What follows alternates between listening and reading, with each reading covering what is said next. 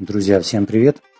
Если ваша кожаная одежда потеряла внешний вид, возможно, зажирнилась из-за носки на голове, как это шляпа, или это может быть обувь, плащ, кожаная куртка, тогда в порядок можно ее привести с помощью касторового масла.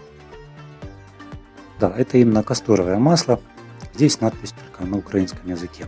Чтобы кожа снова выглядела красиво, мне просто нужно взять губку и смазать кожу по всей поверхности масла.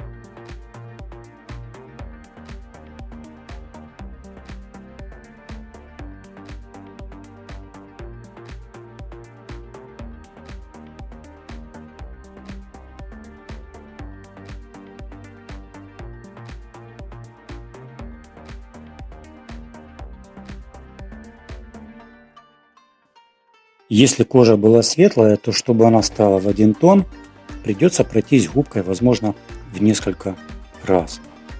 И тогда цвет кожи полностью выравнивается. Но если кожа черная, как в случае с этим сапогом, то обработка маслом никак на ее цвет не повлияет. Если касторовым маслом обработать обувь, то кожа становится более мягкой и перестает впитывать влагу. Вот такой, друзья, нехитрый секрет.